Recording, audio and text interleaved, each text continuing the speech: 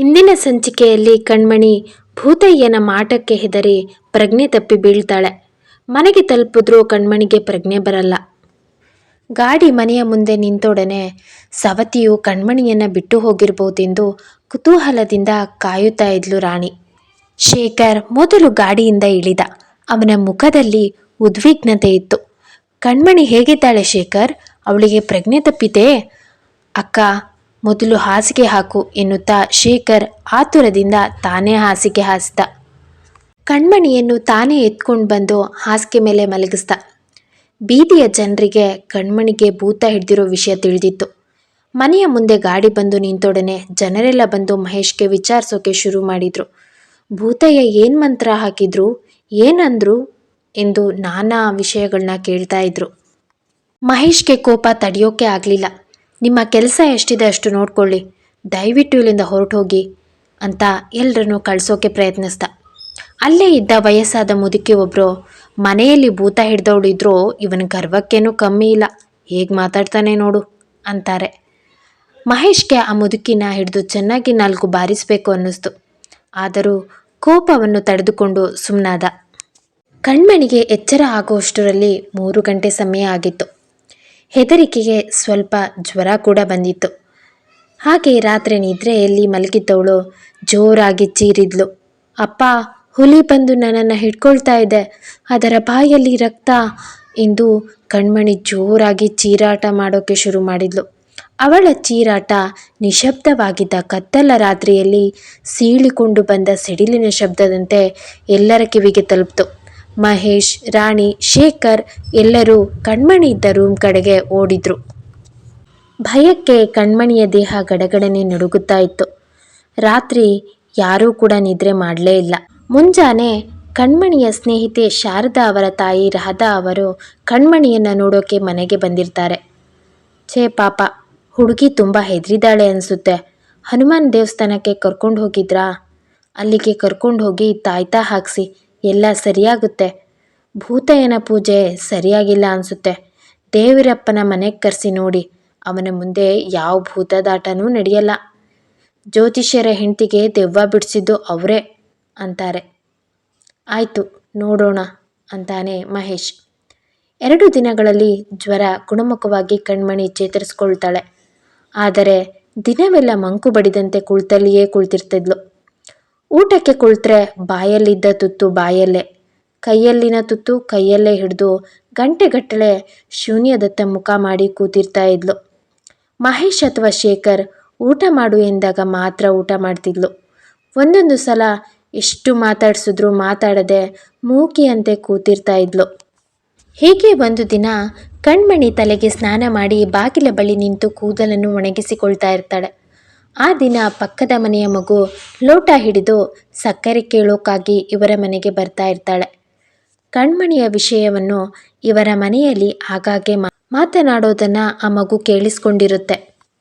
ಕಣ್ಮಣಿಗೆ ಪ್ರೇತ ಹಿಡ್ದಿದೆ, ಅವಳ ಬಳಿಗೆ ಹೋದರೆ ನಮಗೂ ಪ್ರೇತ ಹಿಡಿದ್ಬಿಡುತ್ತೆ ಅಂತ ಹೇಳೋದನ್ನು ಕೇಳಿಸ್ಕೊಂಡಿದ್ದ ಮಗು ತನ್ನ ಮನಸ್ಸಿನಲ್ಲೇ ಕಲ್ಪನೆ ಮಾಡಿಕೊಂಡು ಏನೇನೋ ಊಹಿಸ್ಕೊಂಡು ಸುಧಾ ಕಣ್ಮಣಿಯ ಪಕ್ಕದಲ್ಲೇ ನುಸುಳ್ಕೊಂಡು ಒಳಗೆ ಹೋಗ್ಬೋದಿತ್ತು. ಆದರೆ ಹಾಗೆ ನಿಂತಿರುತ್ತೆ. ನುಸುಳ್ಕೊಂಡು ಹೋಗೋ ಧೈರ್ಯ ಇಲ್ಲದೆ ಈ ಮಗು ಒಂದು 5 ನಿಮಿಷ ಹಾಗೆ ನಿಂತು ಕಾಯುತ್ತೆ.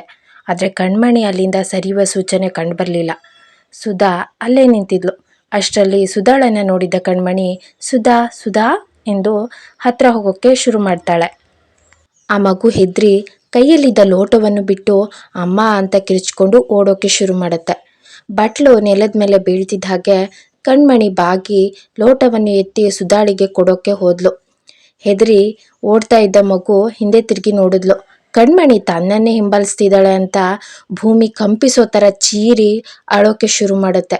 ಅಕ್ಕಪಕ್ಕದ ಮನೆಯವರು ಎಲ್ಲರೂ ಸುಧಳ ಚೀರಾಟಕ್ಕೆ ಆಚೆ ಬಂದರು. ಕಣ್ಮಣಿಗೆ ಅವಳು ಅಳ್ತಿರೋದು ನೋಡಿ ಜೋರಾಗಿ ನಗು ಬಂತು. ಹೊಟ್ಟೆ ಹಿಡಿದು ಹುಣ್ಣಾಗೋ ತನಕ ನಗ್ತಾ ನಗ್ತಾ ಅಲ್ಲೇ ನೆಲದ ಮೇಲೆ ಕೂತ್ಕೋತಾಳೆ. ಅಂತ್ಯವಿಲ್ಲದ ನಗು 4 ಕಡೆ ಪ್ರತಿಧ್ವನಿಸ್ತು. ನಗುವಿನಿಂದ ಅವಳ ದೇಹವೆಲ್ಲ ಕುಲುಕ ಕಾಡಿತು. ಅಳುತ್ತಾ ಸುಧಾಳ ಸುತ್ತ ನಿಂತಿದ್ದ ಜನ ಈಗ ಕಣ್ಮಣಿ ಕಡೆ ನೋಡಿದ್ರು. ಕಣ್ಮಣಿ ಎಲ್ಲರನ್ನು ನೋಡಿ, ನಾನು ನಗ್ತಿರೋದು ನೋಡಿ ಅವರು ನಗ್ತಾರೆ ಅಂತ ಇನ್ನೂ ಜೋರಾಗಿ ನಗೋಕೆ ಆರಂಭಿಸಿದ್ಲು. ಆದರೆ ಯಾರೂ ಅವಳೊಂದಿಗೆ ನಗುಗೆ ಜೊತೆಗೂಡಲಿಲ್ಲ. ಬದಲಿಗೆ ಚಿತ್ರದಲ್ಲಿ ಬರೆದ ಬೊಂಬೆಯಂತೆ ಕಣ್ಣು ಮಿಟುಕ್ಸದೆ ಬಾಯಿ ಬಿಟ್ಕೊಂಡು ಕಣ್ಮಣಿಯನ್ನೇ ನೋಡ್ತಾ ಇದ್ರು. ಮಿತಿ ಮೀರಿ ನಕ್ಕಿದ್ರಿಂದ ಕಣ್ಮಣಿಯ ನಗು ಈಗ ಅಳುವಿನಲ್ಲಿ ಅಂತ್ಯ ಆಯಿತು. ಶೇಖರ್ ಹೊರಗೆ ಬಂದಾಗ ಕಣ್ಮಣಿ ಅಳ್ತಾ ಇದ್ಲು. ಶೇಖರ್ ಅರ್ಧ ನಿದ್ರೆಯಲ್ಲಿ ಎದ್ದು ಹೊರಗೆ ಬಂದಿದ್ದ. ಅವಳ ಮುಂದೆ ಬಂದು ಏನಾಯ್ತು ಎಂದ. ಯಾರೋ ಒಬ್ಬಾಕೆ ಹೇಳಿದ್ಲು, ಕಣ್ಮಣಿ ಸುಧಾಳನ್ನ ಅಟ್ಟಿಸ್ಕೊಂಡು ಬಂದ್ಲಂತೆ, ಅದಕ್ಕೆ ಮಗು ಹೆದರ್ಕೊಂಡು ಜೋರಾಗಿ ಓಡ್ತಿತ್ತಂತೆ ಅಂತಾಳೆ. ಮತ್ತೊಬ್ರು ಹೇಳ್ತಾರೆ, ಕಣ್ಮಣಿ ಸಕ್ಕರೆ ಎಂದು ಮಣ್ಣನ್ನು ತಿಂತಿದ್ಲಂತೆ. ಅಲ್ಲ ಕಣ್ರಿ, ಕಲ್ಲನ್ನ ಹೊಡೆಯೋಕೆ ಎತ್ಕೊಂಡಿದ್ಲಂತೆ. ಹೀಗೆ ಒಬ್ಬೊಬ್ರು ಒಂದೊಂದು ಬಗೆಯಲ್ಲಿ ಮಾತಾಡ್ತಾ ಇದ್ರು. ಶೇಖರ್ ಹುಬ್ಬು ಗಂಟು ಹಾಕಿ, ನೀವೆಲ್ಲರೂ ನಿಮ್ಮ ಮನೆಗೆ ಹೋಗಿ, ಇಲ್ಲೇನು ದೊಂಬರಾಟ ನಡೀತಾ ಇದೆ, ಹೊರಡಿ ಇನ್ನು ಎಂದು ಏರು ಧ್ವನಿಯಲ್ಲಿ ಹೇಳ್ತಾನೆ. ಇದ್ಯಾಕೆ ಹುಡುಗ ಹೀಗಾಡ್ತಾನೆ ಅಂತ ಅಲ್ಲಿದ್ದವರು ಮಾತಾಡ್ತಾರೆ. ಯಾರ್ರೀ ಅದು ಬಾಯಿಗೆ ಬಂದ ಹಾಗೆ ಮಾತಾಡೋದು, ಈಗ ಹೊರಡ್ದಿದ್ರೆ ಕತ್ತು ಹಿಡಿದು ಆಚೆಗೆ ಎಲ್ರನ್ನು ನಾನೇ ತಳ್ತೀನಿ ಎಂದು ಶರ್ಟಿನ ತೋಳನ್ನು ಮಡಿಸ್ತಾ ಹೇಳ್ದ ಶೇಖರ್. ಬನ್ರಿ, ಅವ್ರವ್ರ ಹಣೆ ಬರ, ನಮಗೇನು, ನಾವು ಹೋಗೋಣ ಅಂತಾರೆ ಅಲ್ಲಿದ್ದ ಜನ. ಸದ್ಯ ಈಗಲಾದರೂ ಅಷ್ಟು ಹೊಳೀತಲ್ವಾ. ಅಬ್ಬಾ, ಎಲ್ಲರೂ ಹೊರಟ್ರು ಕಟುಕರು ಎಂದು ಜೋರಾಗಿ ಕೇಳಿಸೋ ಅಂತೆ ಹೇಳ್ದ ಶೇಖರ್. ಮೊಣಕಾಲ ಮೇಲೆ ತಲೆ ಇಟ್ಟು ಅಳ್ತಲೇ ಇದ್ಲು ಕಣ್ಮಣಿ. ಶೇಖರ್ ಹತ್ತಿರ ಹೋಗಿ ಮಗುವನ್ನು ಸಂತೈಸುವಂತೆ, ಬಾ ಕಣ್ಮಣಿ ಒಳಗೆ ಹೋಗೋಣ ಎಂದ. ಕಣ್ಮಣಿ ತಲೆ ಎತ್ತಲಿಲ್ಲ. ಕಣ್ಮಣಿ, ಒಳಗೆ ನಡಿ ಹೋಗೋಣ, ಇಲ್ಲಿ ತುಂಬ ಬಿಸಿಲಿದೆ ಅಂತಾನೆ. ಆಗ ಕಣ್ಮಣಿ ತಲೆ ಎತ್ತಿದ್ಲು. ಅವಳ ಕಣ್ಣೀರಿನಲ್ಲಿ ತೆರೆಯ ಹಿಂದೆ ಅಗೋಚರವಾದ ಮೂಕ ವೇದನೆ, ಯಾತನೆಯ ತರಂಗಗಳಿದ್ದವು. ನೋವು, ದೈನ್ಯ, ದುಃಖ, ಅಸಹಾಯಕತೆಯಿಂದ ಅಳುತ್ತಿದ್ಲು. ಗಾಯ ಹೊಂದಿದ ಮೂಕ ಪ್ರಾಣಿಯಂತೆ ಕಣ್ಮಣಿ ಶೇಖರ್ನನ್ನು ನೋಡಿದಳು. ತನ್ನ ಮನಸ್ಸಿನೊಳಗಿನ ಹೋರಾಟ, ವೇದನೆಯನ್ನು ಮತ್ತೊಬ್ಬರಿಗೆ ನಿವೇದಿಸಿಕೊಳ್ಳುವ ಹಂಬಲ ಅಪಾರವಾಗಿತ್ತು ಅವಳಿಗೆ. ತನ್ನ ಮನೋರೋಗದ ಮೇಲೆ ನಡೆಯುತ್ತಿದ್ದ ನಾಟಕ, ಸಂಕಟವನ್ನು ಇತರರೊಂದಿಗೆ ಹಂಚಿಕೊಳ್ಳಲಾರದವಳಾದಳು. ಅವಳ ಮೂಕ ವ್ಯಥೆ ನೋಡಿ ಶೇಖರ್ಗೆ ಮನಸ್ಸು ಹಿಂಡಿದಂತಾಯಿತು. ಅವಳ ಕಣ್ಣುಗಳನ್ನೇ ನೋಡುತ್ತಾ ಮೃದುವಾಗಿ, ಬಾ ಒಳಗೆ ಹೋಗೋಣ ಅಂದ. ಒಡೆಯನನ್ನು ಹಿಂಬಾಲಿಸುವ ನಾಯಿಯಂತೆ ಶೇಖರ್ನನ್ನೇ ಹಿಂಬಾಲಿಸಿದಳು ಕಣ್ಮಣಿ. ಶೇಖರ್ ಮತ್ತೊಮ್ಮೆ ಮಹೇಶ್ನ ಬಳಿ ಮಾತಾಡ್ತಾ, ಭಾವ, ಇನ್ನು ತಡ ಮಾಡೋದು ಸರಿಯಲ್ಲ. ಕಣ್ಮಣಿ ಮಧ್ಯಾಹ್ನ ಅಳ್ತಾ ಇದ್ಲು. ನೀವೇನಾದರೂ ನೋಡಿದರೆ ಏನು ಹೇಳ್ತಿದ್ರೋ. ಹೌದು, ಅವಳಿಗೆ ಕಷ್ಟ ಆಗ್ತಿದೆ ಅಂತ ನನಗೆ ಗೊತ್ತು, ಅದಕ್ಕೆ ದೇವಿರಪ್ಪನ ಮನೆಗೆ ಬರೋಕೆ ಹೇಳಿದ್ದೀನಿ ಅಂತಾನೆ ಮಹೇಶ್. ಅಲ್ಲ ಭಾವ, ನಿಮಗಿನ್ನೂ ಮಾಟ ಮಂತ್ರದ ಭ್ರಮೆ ಹೋಗಿಲ್ವಾ? ಎಷ್ಟೋ ಜನಕ್ಕೆ ಅವರು ಮಂತ್ರ ಹಾಕಿ ವಾಸಿ ಮಾಡಿಲ್ವಾ ಶೇಖರ್? ಅದು ಸುಳ್ಳ ಹಾಗಾದರೆ?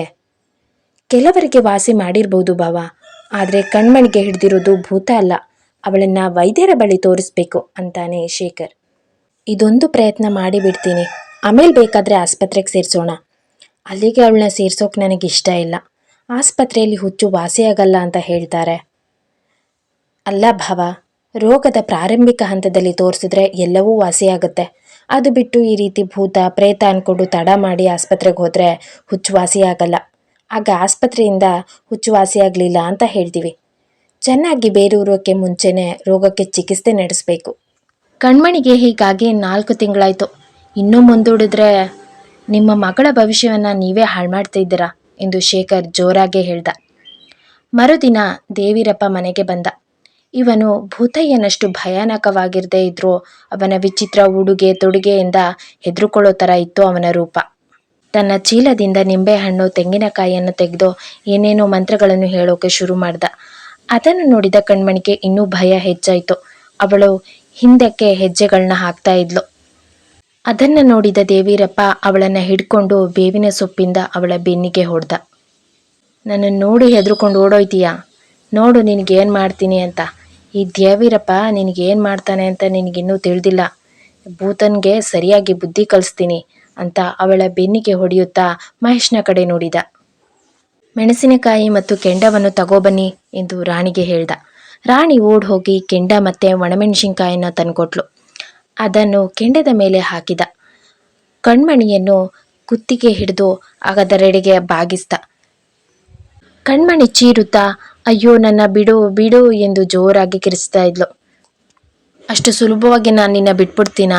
ನಿನಗೆ ಚಿತ್ರಹಿಂಸೆ, ನರಕ ಹಿಂಸೆ ತೋರಿಸಿದ್ರೆ ತಾನೇ ನೀನು ಈ ಮಗಿನ ಬಿಟ್ಟು ಹೋಗೋದು. ಮೆಣಸಿನಕಾಯಿ ಘಾಟು ದಟ್ಟವಾಗಿ ಮನೆಯಲ್ಲೆಲ್ಲ ಹರಡ್ತು. ಈ ದೇವಿರಪ್ಪ ಕಣ್ಮಣಿಯನ್ನು ಬಲವಂತದಿಂದ ಹೊಗೆ ಬರುತ್ತಿದ್ದ ಕಡೆಗೆ ಎಳೆದುಕೊಂಡು ಹೋದ.